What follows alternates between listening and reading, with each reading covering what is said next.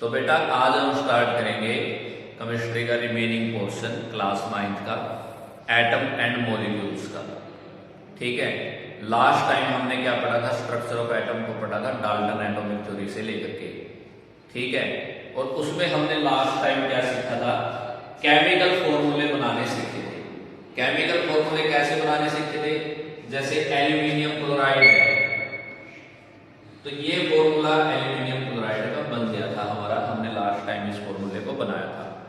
ठीक है, आज हम क्या करेंगे इन केमिकल फॉर्मूले से। तो हमने क्या करना था, यहाँ पे केमिकल फॉर्मूले बनाए थे और केमिकल फॉर्मूला से अब हमको निकालना है फॉर्मूला मास। ये जो फॉर्मूला मास होता है ये दो टाइप का होता है। एक टाइप का तो मोलिकुलर मास,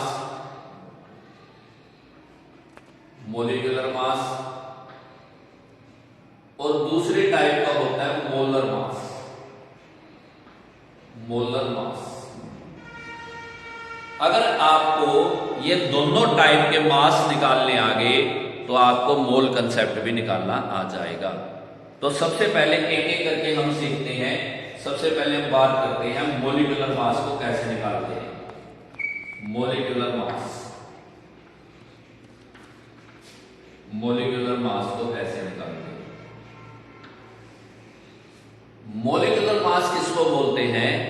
एक मॉलिक्यूल के मास को मोलिकुलर मास कहा जाता है। जब भी हम एक मॉलिक्यूल के मास को बनाएंगे उसको मोलिकुलर मास कहा जाता है। एक मॉलिक्यूल कैसे बेटा? जैसे देखिए, जैसे कि एक मॉलिक्यूल वाटर का एक molecule, this is the chemical formula of one molecule of water. और वाटर पानी को कैसे लिखेंगे? ऐसे H2O लिक्विड, ये पानी का फॉर्मूला है और ये एक मॉलिक्यूल वाटर का फॉर्मूला है। एक मॉलिक्यूल वाटर का फॉर्मूला कैसे निकालेंगे? हाइड्रोजन का मास कितना है? 2 हाइड्रोजन है तो 2 हाइड्रोजन का मास प्लस एक ऑक्सीजन का मास।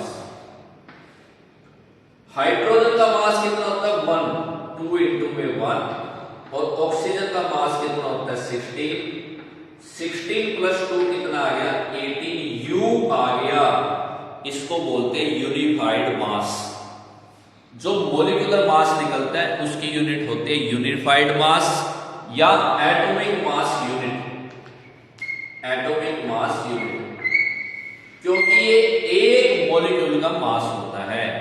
किसका मास होता है? ये एक मॉलिक्यूल का मास होता है। अब एक एटॉमिक मास यूनिट किसके बराबर होता है? स्टैंडर्ड के बराबर होता है।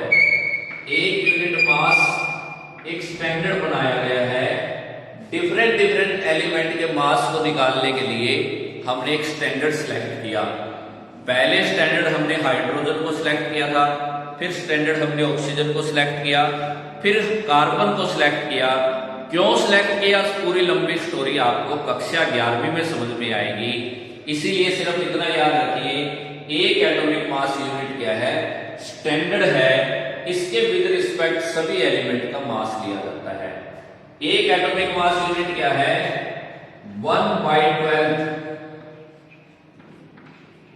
Of mass of one atom of carbon 12, one atom of carbon 12 isotope, isotope. ठीक है, इसको बोलते हैं एटॉमिक मास यूनिट। ये स्टैंडर्ड है। ये क्या है? स्टैंडर्ड है।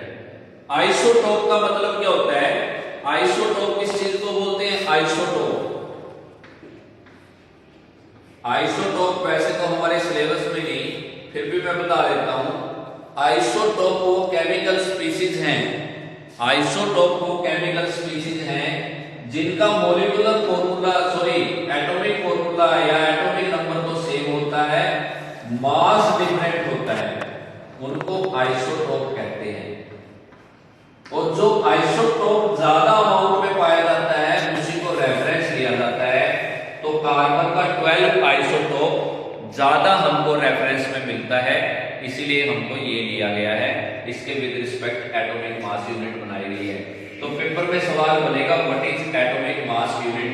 तो एटॉमिक मास यूनिट क्या है, 1/12 mass of one atom of carbon 12। जितने भी पीरियोडिक टेबल में एलिमेंट हैं सबका मास इसके विद रिस्पेक्ट लिया गया है, ठीक है।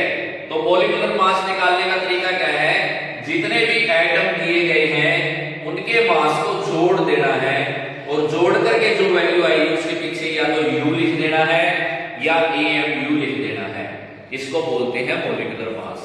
आइए कुछ और एग्जांपल करते हैं, करते हैं एटॉमिक मास यूनिट से या मॉलिक्यूलर मास से, क्योंकि मोल कंसेप्ट के लिए बहुत जरूरी है, मोल कंसेप्ट के लिए बहुत जरूरी है, आपको समझ में आना चाहिए, ठीक है। देखिए जैसे कि आपको यहां पे और फॉर्मूले दे दिए जिनका मास हमको निकालना है, और फॉर्मूले हमको दे दिए, जैसे कि एल्यूमिनियम क्लोराइड दे दिया, तो इसका मॉलिक्यूलर मास क्या दिया, तो एक तो इसमें एल्यूमिनियम है और 3 क्या है, क्लोरीन है। तो दोनों का मास अगर हम जोड़ेंगे तभी तो हमारा क्या निकलेगा, मॉलिक्यूलर मास निकलेगा।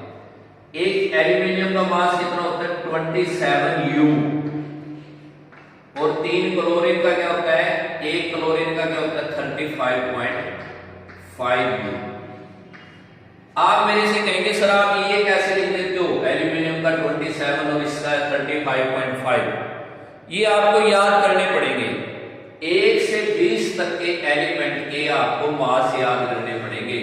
जैसे हाइड्रोजन का एटॉमिक नंबर 1 है तो इसका मास 1 है, लिथियम का एटॉमिक नंबर 3 है तो मास 7 है, सोडियम का एटॉमिक नंबर 11 है तो मास इसका 23 है, एल्यूमिनियम का एटॉमिक नंबर 13 है तो मास 27 है, पोटासियम का एटॉमिक नंबर 19 है तो मास 39 है। तो लगभग यही आपको याद करने हैं, बाकी जितने 20 तक के एलिमेंट बच गए उन सब का मास लगभग डबल होता है, जितना एटॉमिक नंबर उसका डबल होता है, बस यही वो है जिनका डबल नहीं होता, सिर्फ यही वो एलिमेंट है जिनका डबल नहीं होता।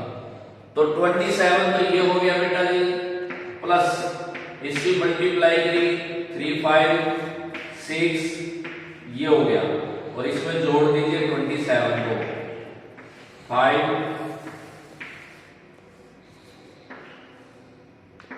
123.5 U आ गया, ठीक है। इस तरीके से मास निकल जाएगा, ठीक है जी। आई बात समझ में, ये है मॉलिक्यूलर मास, ये क्या है आपका मॉलिक्यूलर मास है। कैलकुलेशन आप देख भी लेना, कैलकुलेशन में कोई ज्यादा खास बात नहीं है, मान लिया कोई जोड़ घटा को कोई खास बात नहीं, आप देख लेंगे, तरीका समझिए, ठीक है ना, तरीके पे फोकस कीजिए जो तरीका आपको समझाया जा रहा है, ठीक है। इसी मॉलिक्यूलर मास को क्या बोलते हैं, जब इसको ग्राम में रिप्रेजेंट कर देते हैं तो इसको बोलते हैं gram molecular mass, gram molecular mass, इसी मास को बोल देते हैं ग्राम मॉलिक्यूलर मास। कुछ नहीं करना ग्राम मॉलिक्यूलर मास में, जो भी मास आपने निकाला उसके पीछे ग्राम लगा देना है, 123.5 ग्राम हो गया जैसे, ठीक है ना। ये किसका मास आया, एल्यूमिनियम क्लोराइड का, AlCl3 का। अगर एल्यूमिनियम ऑक्साइड का निकालना हो आप खुद भी निकाल लेंगे और ये 102 ग्राम आ जाएगा। NaCl का निकाल लेंगे, NaCl का निकाल लेंगे 56.5 ग्राम आ जाएगा, ठीक है ना। इस तरीके से ये क्या निकलेंगे आपके एटॉमिक मास और मॉलिक्यूलर मास इन ग्राम निकल जाएंगे, ग्राम। तो ये मॉलिक्यूल के मास थे तो मॉलिक्यूलर मास थे। अगर एटम का मास देखना हो आपने, जैसे आपका एटम कौन है, लिथियम है, लिथियम का एटॉमिक नंबर 3 है, मास 7 है, तो ये एटम का मास हो गया, सिंगल एटम है तो लिथियम का मास कितना हो गया, 7 ग्राम, ग्राम एटॉमिक मास ये हो गया, ठीक है।